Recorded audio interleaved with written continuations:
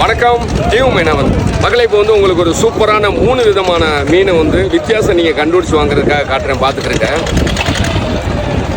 இப்போ நீங்கள் பார்க்குறீங்க பாருங்க, இந்த மீன் வந்து கிளைக்கா மீன்.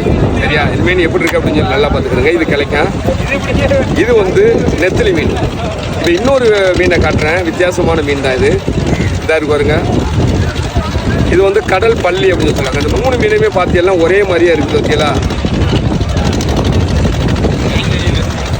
கை சரியில்லை. இந்த 3 மீனுமே வந்து பார்க்குறதுக்கு ஒரே ரகமாக இருக்குது. ஆனால் 3மே வந்து வெவ்வேறு விலை தான்.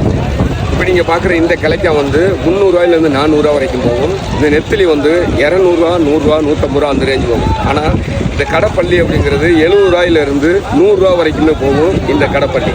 ஆனால் இந்த 3 மீனுமே வந்து ஒரே ரகமான ருசியாக இருக்குமா அப்படின்னு சொல்லி கேட்டீங்கன்னா கண்டிப்பான முறையில் கிடையாது. இது ஃபஸ்ட்டு ருசி. இதை வந்து கருவாடு போட்டு சாப்பிட்டாலும் சரியான டேஸ்ட்டாக இருப்பான் நெத்திலி. இவர் இப்போ வந்து புதுசாக கடற்கரைக்கு வந்து வரவு வந்திருக்கார், இந்த பள்ளி அப்படிங்கிறவர். இது எப்படி இருக்கு அப்படின்னு சொல்லி நீங்கள் சாப்பிட்ருக்கீங்களா கமெண்டில் சொல்லுங்கள், நாங்களும் பார்த்து தெரிஞ்சுக்கிறேன்.